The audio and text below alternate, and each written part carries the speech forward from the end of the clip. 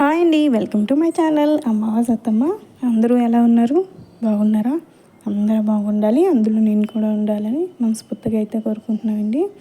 ఈరోజైతే రోడ్డు దగ్గర బళ్ళు అయితే పెట్టి వేస్తారు కదండి, పకోడీ బండ్లు. అలా అయితే ఉంటుందండి. సన్నగా తరుక్కున్న ఉల్లిపాయ ముక్కలు, పచ్చిమిరకాయ, కరివేపాకు, అల్లం ముక్కలు సన్నగా తరుక్కోవాలండి. అల్లం మనం ఎంత క్వాంటిటీ అయితే కావాలనుకుంటున్నామో అంత క్వాంటిటీకి తగ్గట్టుగా ఉల్లిపాయలు అన్నది కట్ చేసుకోవాలి.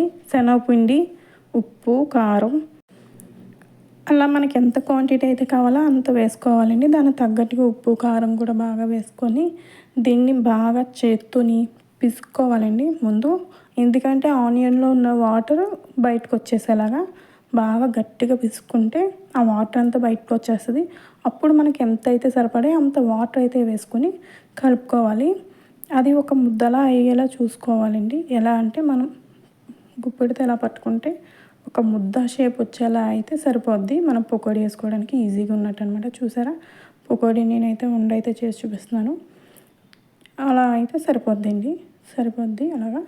ఇప్పుడు దీన్ని బాగా మరుగుతున్న నూనెలో వేసుకోవడమే.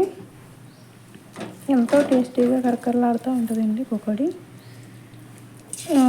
మీకు వరిపిండి వేయడం నేను అదైతే క్లిప్ మిస్ అయిందండి. వరిపిండి కూడా ఒక స్పూన్ అయితే వేసుకున్నాను నేను శనగపిండిలోని. ఎందుకంటే ఎక్స్ట్రా క్రిస్పీనెస్ వస్తుందనేసి నేను వేసాను అన్నమాట. ఆ తర్వాత అయితే చాలా టేస్టీగా వచ్చినాయి పకోడీ. ఒకసారి ట్రై చేసి చూడండి. Thank you for watching. ఈ వీడియో కనుక మీకు ఈ వీడియోని అందరికీ షేర్ చేయండి, లైక్ చేయండి, సబ్స్క్రైబ్ చేసుకోండి. పకోడీ చూసారు ఎంత బాగున్నాయో. అలా వర్షం పడేటప్పుడు ఇలా వేడి పకోడీ తింటే చాలా టేస్టీగా ఉంటుంది. ఒక్కసారి ట్రై చేయండి. నాకైతే చాలా పర్ఫెక్ట్గా వచ్చింది. సేమ్ నేను చెప్పినట్టుగా రోడ్ సైడ్ అయితే ఎలా ఉంటుందో పకోడీ అలా అయితే ఉంది. Thank you.